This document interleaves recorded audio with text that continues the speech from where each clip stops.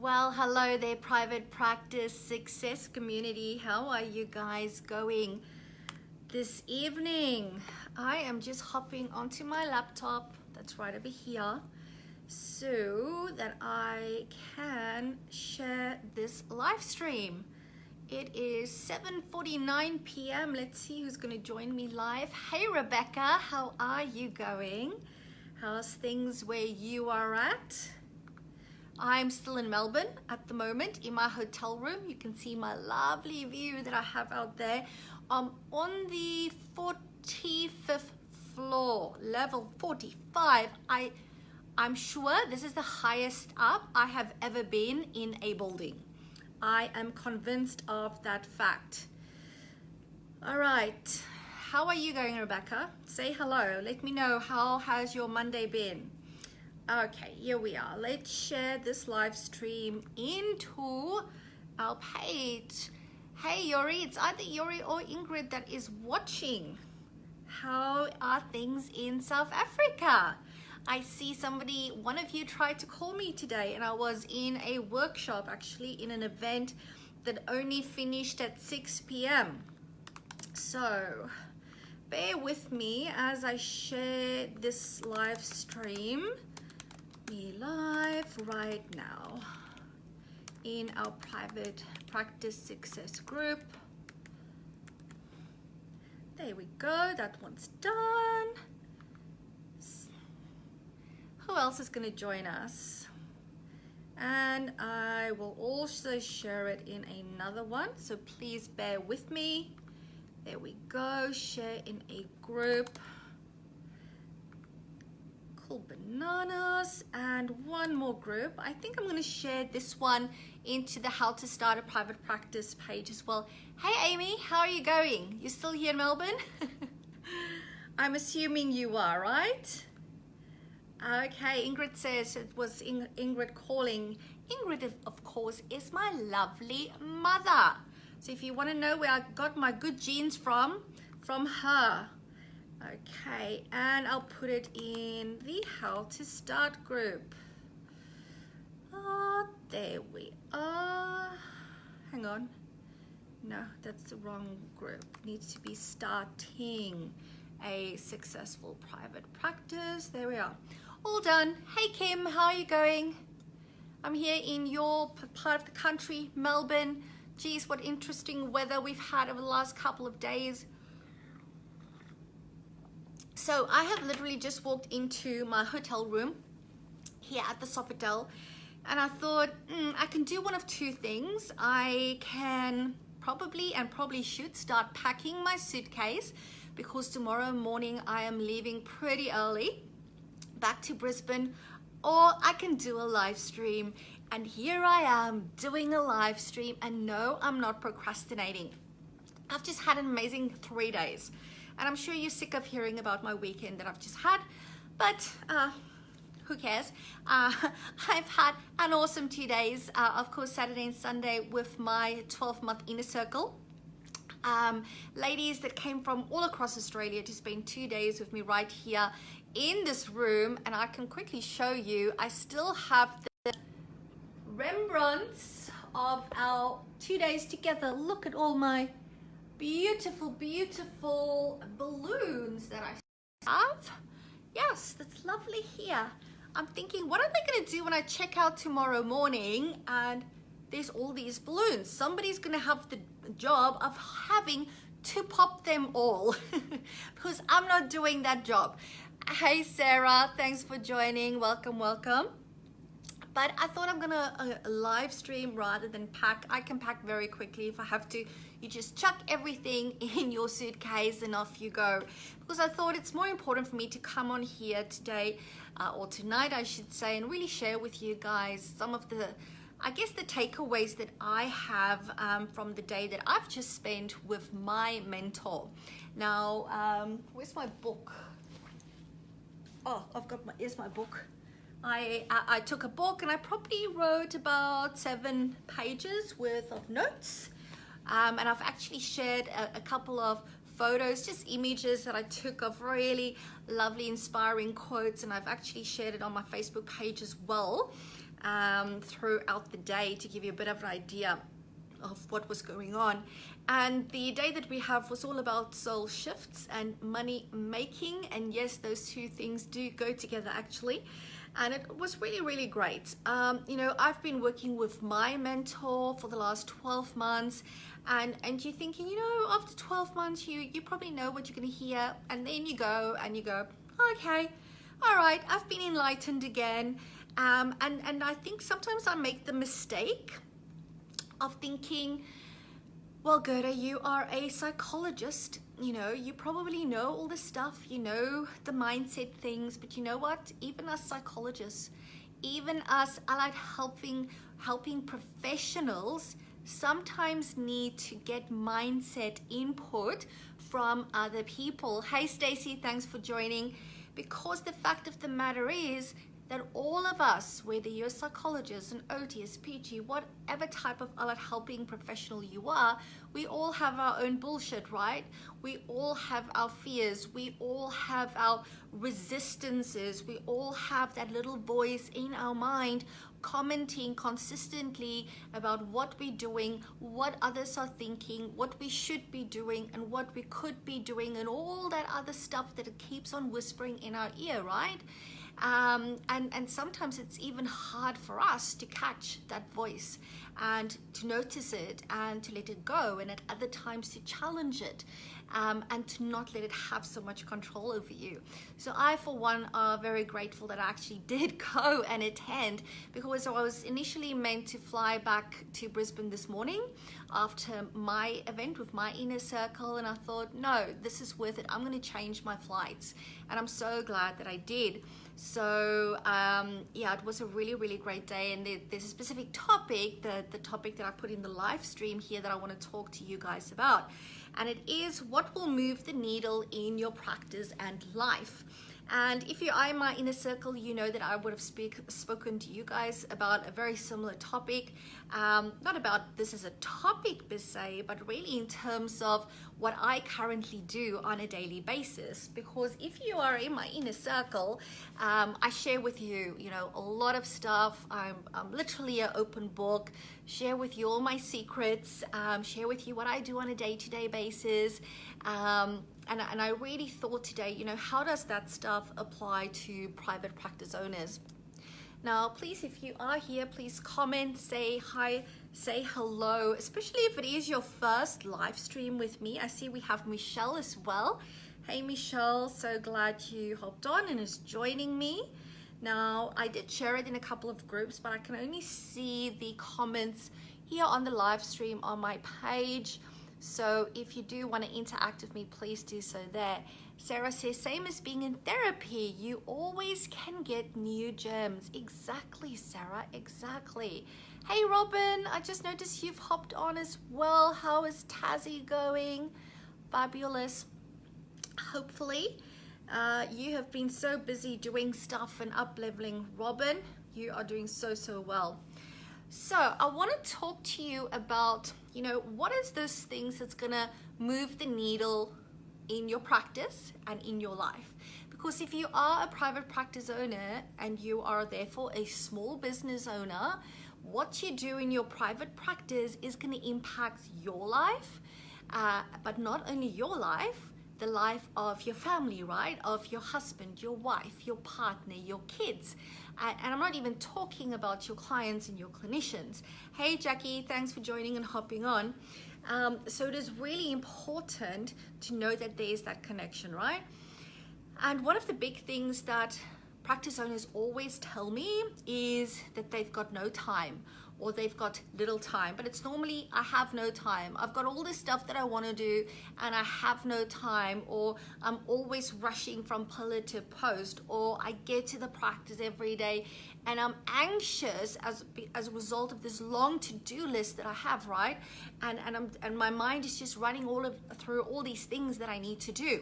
Who can relate to that? If you can relate to it, let me know, even if you just press the love heart button. Michelle says, my laughing face was about getting someone else to pop the balloons. Yes, Robin says, hello, I'm jet setting around remote this week. Excellent. Well, enjoy seeing lots of sights and meeting lots of people. So we are always short of time, right? And I think to some extent it becomes a bit of a story for us, because what if our story was that I always have time? I always have time to do what is important to me, right? That I always have time to do the things that matters to me, that I want to prioritize. Very interesting what can happen when you start to change your story. But I think it comes back to really our daily habits. And if you are currently in that situation where it feels like you're running from pillar to post, and you're always having this long to-do list, unless you change a behavior, which is a habit, it's not going to change, right? You need to change your behavior. That needs to happen first. So it's really about stepping back and go, how do I create almost a pattern interrupt, for lack of a better word here. Something needs to happen to interrupt this pattern. Because if you think about this from a neurological perspective, and you think about the neural pathways, your neural pathways is just running down, I've got so much to do, I don't have time, it's so stressful, it's so anxiety provoking, what challenge are going to be awaiting for me today when I walk through the practice doors, what problem do I solve, what solutions do I need to come up with, etc., right? And you're just in that road the whole time, and you get into the practice and you just start doing what you need to do. And a lot of times for a lot of practice owners that are still also seeing a lot of clinical clients, right?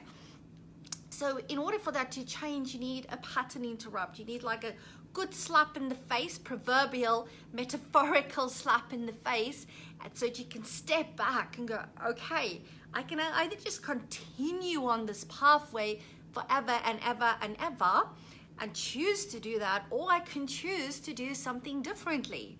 But even if I make this decision to do something differently, my brain just wants to keep on running on this well worn out path because it's easy, it's tarred, so it's, there's no stones and stuff. And over time, you've even started to plant some pretty flowers, and this is a road that you know really well.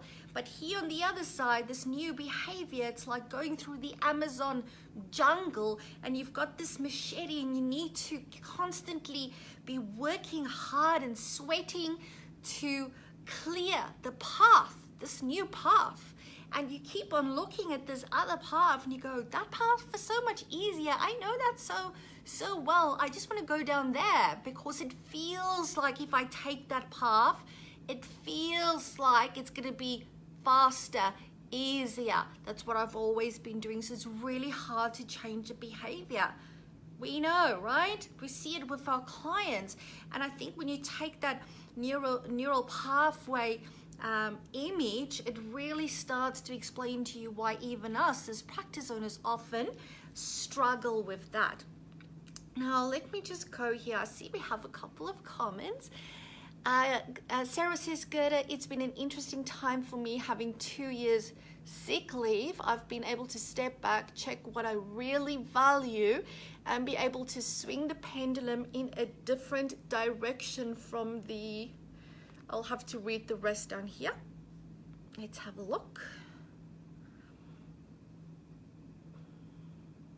It's just refreshing my page. Where are we? Okay, I can't see it on here. Also can't see it on here. All right, I'll just refresh this again. Hi Jessica, thanks for joining. Sarah says take the balloons out and give them to all the kids who walk past you for 10 minutes. What a great idea. All right, I'm annoyed that I can't see the rest of Sarah's comment. Let's try again. I've just refreshed my page. Hey Adam, how are you? How's things in Brizzy? How's the practice going? I'm sure good. I can't see it on here. I wonder, you must be commenting in one of the groups, but I'll check that out later and I'll come back and I'll respond to you. But thanks for letting me know, Sarah. So yes, you need to change your behavior, right? So I want to share with you what I do in the morning. Adam, going well, fabulous. And then I want to talk to you about what you can do as a private practice owner. Because the thing is, if you get into the practice every day, you just get back on the hamster wheel like you did the day before and last week and the week before that and the month before that and the year before that. Hey Sarah, thanks for joining. Nothing's going to change, right? You need to get off the hamster wheel for stuff to change. You need to stop going down the easy path and carve out a new pathway by developing a new habit. And for me, currently what it means is that I have certain what I call non-negotiables in my day, all right? Because I know if I don't have those non-negotiables, I cannot move the needle on my business and on my life, okay? There's certain things that you need to do to keep on moving the needle. And when I talk about moving the needle, I'm talking about getting the stuff done that's not urgent, but that is important, okay? The stuff that is important. Because sometimes little things pop up that's urgent because there's some other deadline. But unless you do the important stuff, you cannot move the needle, right? So something urgent could even be like, you know, it's school photo day and the kids' photos needs to be paid. It's not really important in the scheme of things, but it has to be done today, right? But you really want to, in your business, if you want to keep on growing your business, want to keep on growing your practice, you need to do the stuff that's going to move the needle, okay? You can stay busy with an array of other tasks that is on your to-do list. But if you don't do an activity that's going to move the needle, you're not going to grow your practice. And when you grow your practice, that's when your life grows and your life expands, okay? Because with growth in your practice comes other perks and privileges and freedoms and choice. So you really do want to move the needle, okay? So for me, the way that my mornings normally run is the kids go off to school. For many years, when I was still in private practice, working at the practice every day, I was responsible for the school run because my husband started work like at 4:30 in the morning, a crazy early start time. So I did the school run and then I would go to work. So I'm very fortunate now that my husband can, because he's changed jobs, he can now, and he's actually, when I say change jobs, he's currently a house husband because he's awaiting an eye operation. He's getting a cornea transplant. So currently he is able to take the kids to school, which is really awesome for me, to have more time for me, which is really great. So the kids go to school. I still do all the lunch boxes, everything until they leave the house. I'm a mom, right? And then what I do is I put on my gym clothes and I generally go for a run. Sometimes I'll go to the gym if I'm in the mood, but generally for me, I go for a run. So fitness and looking after my self-care in that way is really, really important for me. For me, running serves two purposes, okay? It's fitness, because I've reached this point in my life where I think that I've worked so darn hard, okay, for such a long time. I want to live to enjoy the spoils of my labor. And I want to live so that I can be there and look after my grandkids when I have grandkids one day. And I want to be able to go to the Maldives and lie on the beach and do nothing. And I want to be healthy doing that, okay? I want to enjoy it. I've never gone jet skiing. I've never gone paragliding or whatever, you know, those crazy stuff. I still want to go and do that. And I want to be healthy to do things like that when I'm ready to go and do that. Hey Vanessa, thanks for hopping on. Sarah says, me too, I love running outside every day. 10 kilometers, that's crazy. Lots of respect though, Sarah. I do between 3 to 4 Ks every morning. So first and foremost, it's fitness, and secondly, it's for me, it's my reflection time. It's like a movement meditation, right? Because when I run, and I normally have music playing, and very interesting, I will play the same song on repeat for 40 to 45 minutes. Okay, because it's on repeat, it allows my brain to process, and I reflect. And sometimes when I have an issue that I need to solve, I can actually set an intention for myself before I go running. Well, we'll go, okay, this, I need to make a decision about this thing, and I'm gonna make that decision today on this run. Okay, and it will just come to me during that time. It's like such an amazing use of my time if you think about it, right? I get my fitness, I solve a problem, and for me it's meditation. I get to listen to music that I love. I've actually become really protective of that hour in the morning. Then I come back after my run, have a shower, have breakfast, and for me, my running is really my mindset work, okay? And very often what I would do after that is immediately write my blog, okay? Helen says, love this, I'm glad. Sarah says, totally agree. I've just stopped playing music because I think it changes the way I run. The repetitive movement is almost like EMDR because it's so rhythmic. Yes, exactly right, hey? And because I've done thinking, meditation, reflection, it's like I would either have solved the problem for myself or my practice. Sometimes it's something that a practice owner that I'm working with very closely, they might have an issue or a problem that maybe even I haven't come across yet, or maybe there's stuff in my private practice success community that I've been noticing a lot of this stuff, and it's almost like the blog that I want to do on that day reveals itself to me, right, whilst I'm running. So very often, and Abby can attest to this, my PA and my husband, because he's now home when I come home from my run, sometimes I'll come in and immediately go and sit on the floor with my laptop, start typing it out, even before I have a shower, because I go, oh, I've got such an awesome idea for a blog, I need to get this out right now, and I start typing, okay? And it's those powerful, passionate messages, those non-filtered messages that sometimes lands me into trouble, but it's like, yes, I need to get this out for my people. So it starts with my running, and then it's my messaging, okay? And I really try and do that every day. I might not do it if I'm traveling or if something unexpected happens, or not unexpected, but let's say like last week, I think it was Wednesday, I had to go to school to do the year 6 transition meeting for my son that's going to year 7 next year. He's now in year 6, and you meet with like the year 7 teachers with him, and you get to talk to them and stuff like that. So, you know, and I don't give myself a hard time when I can't do that. But I do know that this is my schedule most days, because again, I don't want to become obsessive about it. I don't want to develop an OCD behavior. I want to develop a habit and a behavior that serves me, right? And that serves my purpose in life, and that helps me to fulfill my purpose in life. And if one day I can't do it, that's okay. Doesn't mean I'm completely falling off the bandwagon, right? But it's okay. Sarah says, I dictate as I'm running into my phone, next generation technology.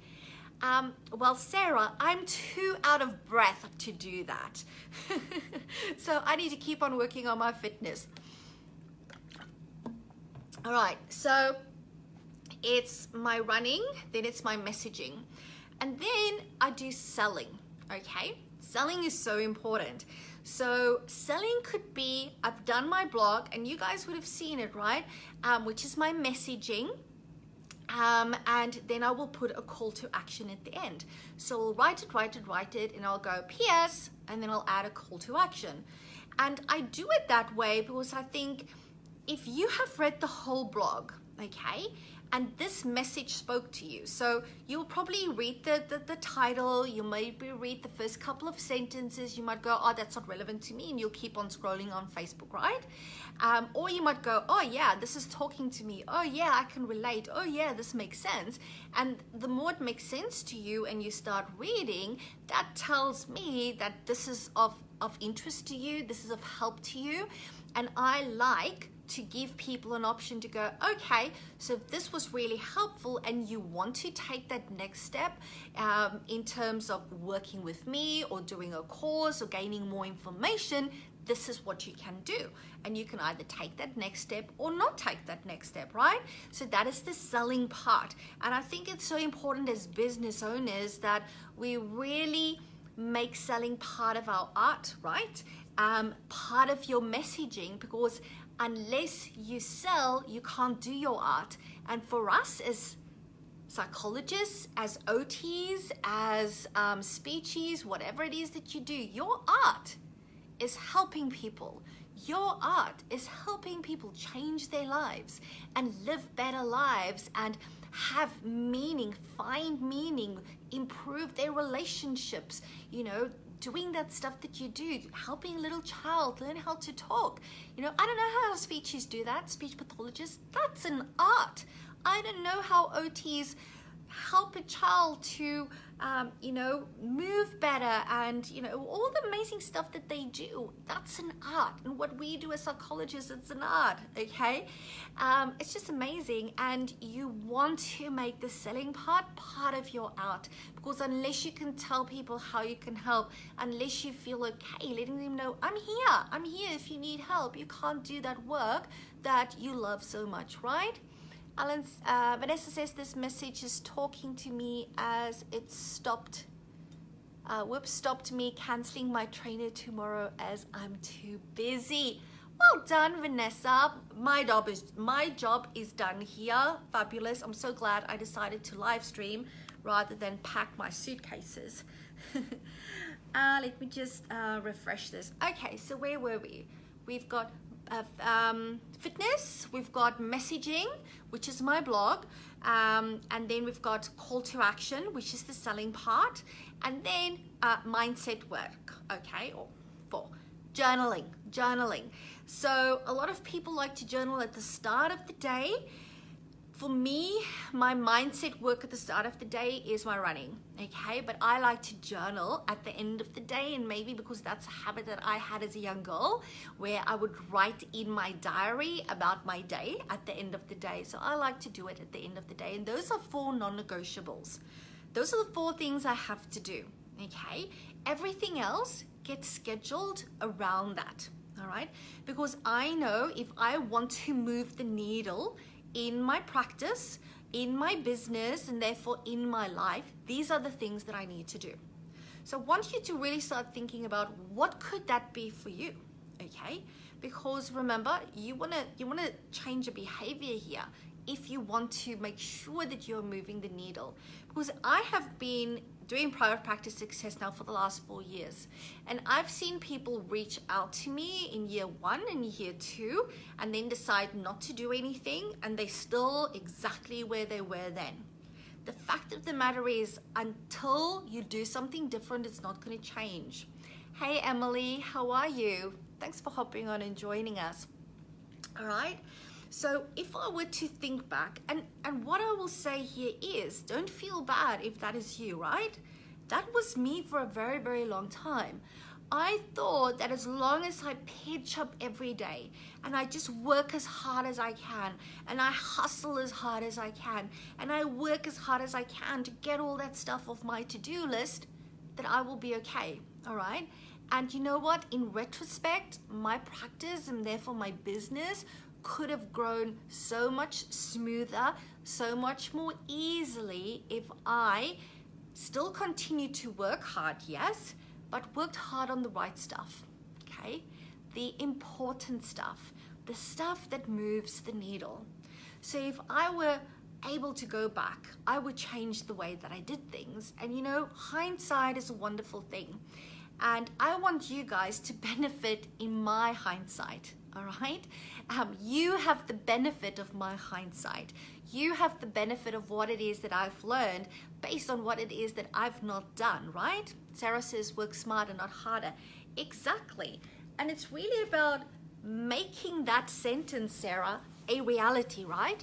We know it, but it's so hard to do it because it's just easier to run down this neural pathway the way that we've always done it versus this one doing it differently and sticking to doing it differently and dealing with the anxiety that comes from not taking the familiar path, dealing with the uncomfortableness, the resistance, and the anxiety of doing it different to what I've normally done. Not getting to tick off those things off my list is much harder. Jackie says, I think you always have to move forward in some way. Exactly, Jackie, exactly. So, if I could get into a time capsule and if I could go back 5, 6, 7, 8 years back to private practice, being the principal that's there on the ground every day, because I did that for so long, I would do the following, okay?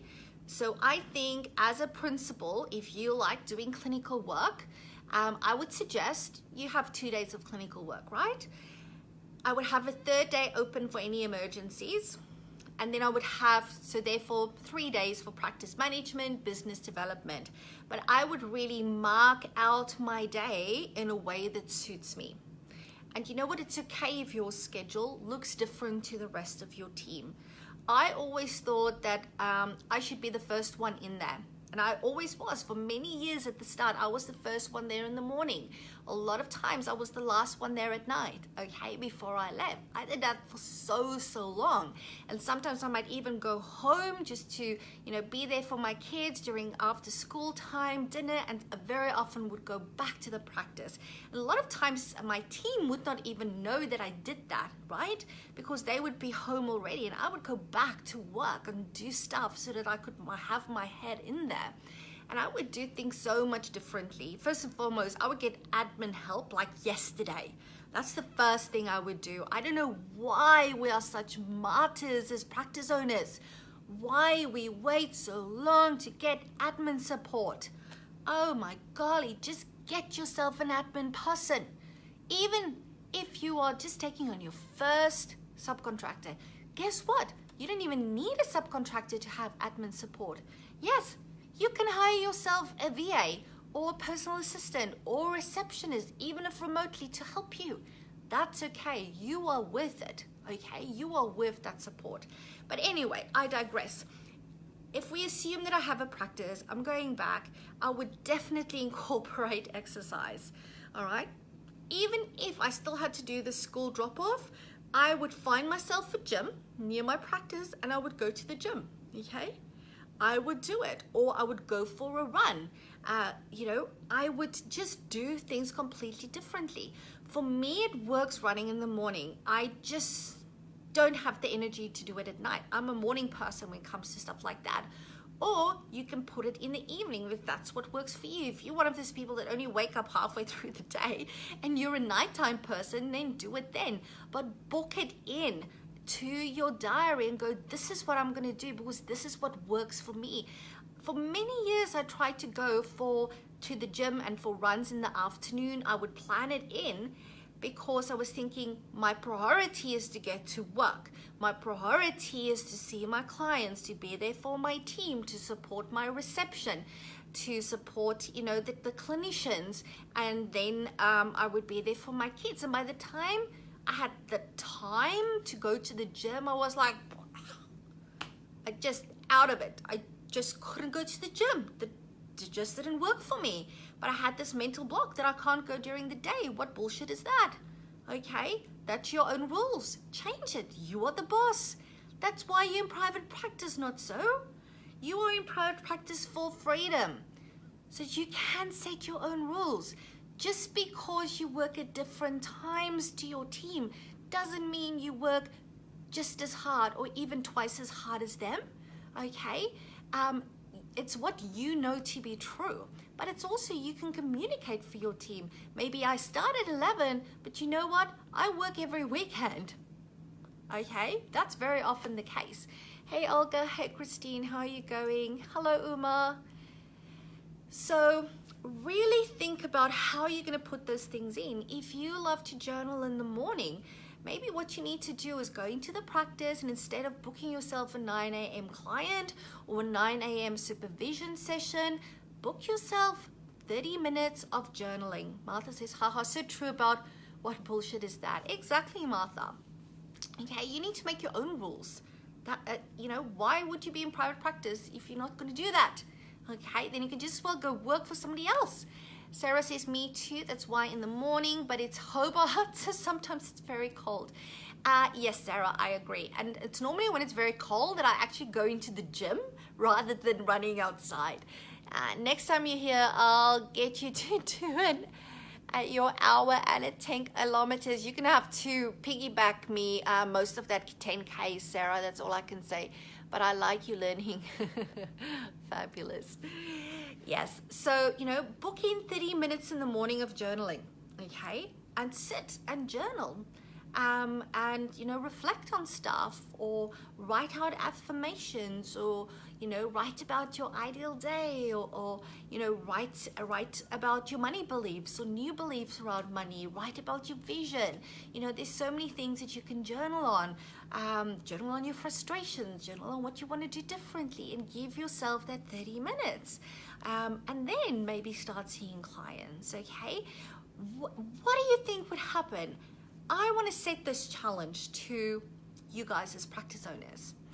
I would love to see if each of you starts to book out, okay, in your diary every morning of the week to do messaging the way that I do. If you go, okay, I'm going to do from 9 to 9:30, I'm going to do journaling, and that journaling, okay, I've just done this work with the guys that did my 30 days of journaling for the mindset you've always wanted. And this is a little secret I taught them, where I said, once you've done your journaling, there's going to be so much gold in there. You can use that as your messaging for the day, as your blog for the day, right? So I want to put you this challenge to you, all right? Set aside 30 minutes for journaling from 9 to 9:30, or whatever hour in the day works for you. The sooner the better, I would say, because less chance of things popping up to take you away from it. Do 30 minutes of journaling, and then give yourself 30 minutes to write a blog on your Facebook page on what came up for you. Because your clients, your community, your mental health community, okay, is gonna love that stuff. They human beings like you. Write about it. Think about how this thing that you've just journaled about for yourself applies to your client, and try and be as authentic as possible. That raw stuff is going to be speaking to your clients. Then you write a blog on your Facebook page, you add, maybe, hopefully you can find a nice photo. If you can't find a photo, it's not the end of the world, but it's great to have something that can get their attention. You can even do your own image by using canva.com. Very easy to use. Make your own image. They also have a lot of templates and examples on there. And at the end of that blog, you put a call to action. It could be as simple as, if this really resonated with you, please feel free to check out our website at www.psychprofessionals.com.au. Or it could be something like, if you found this valuable, please check out our website, and again the website. Or if this really spoke to you and you think you need to speak to someone about this in more detail, please feel free to give us a call at this number. It's just giving people, what is that next step? If they read that blog and go, oh my goodness, these guys are in my head right now. Or, oh my goodness, I was just speaking to my best friend about this yesterday when we went for coffee. This makes so much sense. You would be doing your clients and your art of helping people a disservice if you did not tell them what next. What is that next action to take? How can they get the help that they need, right? Because you've just shown them that they need help, and that help is possible, that something better, something more meaningful, purposeful is possible. And then what? You're going to leave them hanging? How responsible is that, guys? No, you're going to give them a soft call to action. and they have the choice to go, yes, I need to speak to somebody here, or yes, this really talks to me. And you know, for a lot of people, they're going to say yes the first time. For other people, they need to hear from you more consistently before they're going to get to that place, right? Sarah says, I love that idea, a call to action. Yeah, most definitely, Sarah. And Sarah, you've been doing really great work on your social media page. You've been live streaming. You've been sharing so much educational, psych-educational stuff. So you've been giving your community a lot of value. And when you're giving a lot of value, it's okay to have a call to action. Sarah says, other Sarah this time, I love the idea of having non-negotiables in the day that propel both yourself and your business forward. Exactly. Sarah says, yep, doing much. Yes, you are, Sarah. Well done. It is. And I can tell you, if you do that consistently for a month, and what I would challenge you to do is actually know exactly how many referrals are you currently getting a week, okay? How many referrals comes to your practice every week? You do this consistently for a month, for 5 days a week. You blog, call to action. Blog, call to action. Let's speak again in a month's time.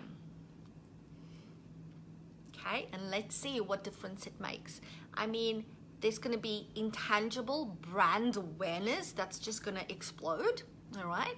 And then I bet my bottom dollar in terms of your referrals, you're going to see immense growth. And once you've done it for a month, guess what? You're going to be in a pretty awesome habit of doing it. And you might actually realize how much you love it, how much you love talking to your clients, how much you love talking to your community about psychology stuff, about mental health stuff, about OT stuff, about speechy stuff, how much you love showing them these things that we do and how we can help. Okay, yeah, it's a bit selfish, right? But it's okay, because it feels good to give value, and it feels good when people say, yes, that's great, I want more, because it validates your giving. And that's such a grateful and blessed experience for me personally. Martha says, we'll catch up later. Kid is dodging bedtime. Oh, me and him had a pact that I was going to keep you busy, Martha, so he doesn't have to go to bed. As Stacey says, do you think this will work for all adult allied health? Most definitely. You just need to speak to your clients. You know who your clients are.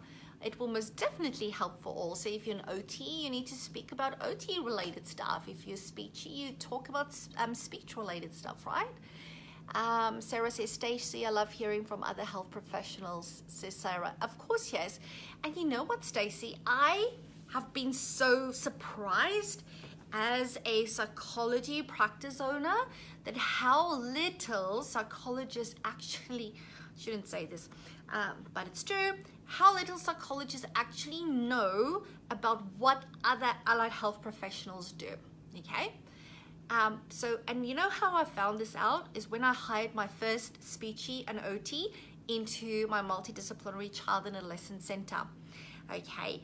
I had to get my pediatric OT to speak 4 times at team meetings before the penny really dropped in terms of what do they do, how is it different to what we do, when do we, when is this what we're seeing, when is it ADHD, when is it sensory processing disorder, how can they help with all of these things, how does all these puzzle pieces fit together? Okay, so if another allied health professional struggle with that, just imagine the community out there, right? Just imagine poor GPs sometimes trying to fit all these puzzles together. Who's the right person to send this child to? When this child presents with these symptoms, is this a psych thing, or is this an OT thing, or who needs to check this out first? Don't assume that people have this information, okay? Never assume. Start with the basics. People will thank you for it, okay? Jackie says, me too, going to the kids. Thanks, Greta. We'll watch the end later. No problems, no problems. So, guys, are you going to take up the challenge? Are you going to take up the challenge? Sarah says, this is true, Greta. I have loved working in a public mental health team with mental health nurses, OT speechies, I think the other health professionals. Now, I can't read the rest. I'm going to have to read your comments later on laptop. Stacy says, thank you, my pleasure. Absolutely my pleasure. I'm just on my laptop here. I want to see what else. If I can maybe see more comments. No, I can't. Stacy says, I'm taking up the challenge. Fabulous, fabulous. Stacy, what's your Facebook page again? Put in the link there so that I can follow you. You didn't think that's going to happen, right? You did not think I'm going to say that. Now you're in for it, because now I want to make sure that I check it out, that you're doing it, so I can kick your ass if you don't. Whether you want me to or not. Yeah, I'm just kidding, but I would love to follow your, I think I have liked your page, Stacy, when we did the whole Facebook thing in the free group, but just remind me which page belongs to you so that I can check it out. So to recap then, if you want to keep on moving the needle, you need to stop being reactive to your own to-do list, okay? And you need to go, what is that stuff that I need to do every day, my non-negotiables? Unless the practice is on fire, I'm doing those things, okay? Unless the practice is flooding, like there's a flood coming through, I'm doing those things, okay? Unless there is an earthquake. So basically, unless there's a natural disaster, you are doing your non-negotiables. And of course, unless your family is having an emergency, that goes without saying, you are doing your non-negotiables. Have I made that clear? All right, it is so important, and I want you to again be mindful of the anxiety that's going to come up as a result of doing things differently, right? Be mindful of it, because it's going to be there, and that anxiety, because you want to lower it, what happens? We do what we always do. We go, bugger that, I need to take action and do my to-do list. And what happens? The anxiety gets reinforced, the behavior gets reinforced, and we keep on staying on the hamster wheel. We keep on the hamster wheel. That's not going to help you. It's not going to move the needle. It might reduce your anxiety about your to-do list, but it's not going to move the needle on your practice and on your life. That's just how it is. All right. Kim says, I would love to get my ass kicked too. Well, I know which Facebook page belongs to you, Kim, but by all means, you can pop it in here. Hey, Patricia, you are just coming up on the end. You will have to watch the whole start of it. So that is my message that I wanted to give to you guys. If anybody here wants me to kick their ass, not only for the next couple of weeks when it comes to your blogging and your messaging, I have announced a couple of days ago actually, and you may not have heard of it as yet, but I have announced my first and probably, I don't know, last for how long, 90-day sprint for the next 3 months. So for the month of October, November, and December, I am doing a 90-day sprint with a couple of practice owners. What does it involve? It basically, we're going to decide what is your goals for the next 3 months so that you can hit the road running come 2019. Yes, you might think 2019 is very far in advance, but this is how proper business owners think about business. They're not just thinking about October. They're not just thinking about November. They are now already thinking about January, February, and March next year. And what you will be doing in October, November, and December will be setting the basis for the start of your 2019. Because we know that traditionally January is a quieter month in private practice, right? And therefore quite a cash month, which significantly impacts cash flows and leads to humongous amount of stress amongst private practice owners at the time when you want to be on holidays, when you want to be enjoying school holidays with your kids and your family, and it doesn't have to be like that, okay? But it starts now, October, November, and December. So if you do want to work closely with me for those 3 months, what can you do? Just put in the comment box 90-day sprint, and I will message you all the information that you need that really sets out what is involved. All right, it's going to be really amazing. I'm also going to put all my inner circle attendees in that group. They all immediately said, we're in. I'm thinking, thinking, geez, aren't I working you hard enough in Inner Circle? But that's just the type of people they are. They just said, sign me up, sign me up. Sign me up, Scotty. So you're going to be surrounded by some amazing people that's going to be there to network and support you. And of course, yours truly is going to be there. So let me know. Just put 90 Day Sprint in the comments and I will message you on Facebook and let you know. But I thought what I would show you today to why my day was so amazing. I finished it off.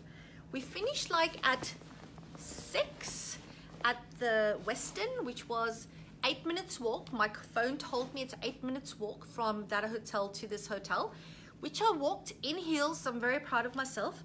And then I thought there was this lovely shop that I saw stuff. You know, Melbourne has the best shopping and I never get to shop. I can't remember when last I actually did shopping when I am in Melbourne. But it's like I normally walk to events and to venues going past all these amazing stores. The shoes is amazing, but I didn't buy shoes today. The clothes, everything is just like next level. You guys in Melbourne are so bloody spoiled. That's all I can say. So spoiled, but thank goodness it's not in Brisbane. So I thought, well, there's this one shop that I wanted to go to. And I thought, well, it's 6 o'clock. I'm not sure if they're going to be open. And the universe allowed it to be open. I'm not sure who's giving me the love hearts, but thank you. Why do I suspect it's you, Patricia? May or may not be you. But it was open, so I thought this was meant to be. So I got some sunnies on special for $50. First pair of sunglasses. Thank you, Melbourne. Thank you very much. First one. And then I thought, well, they were on special, so I can buy myself a second pair.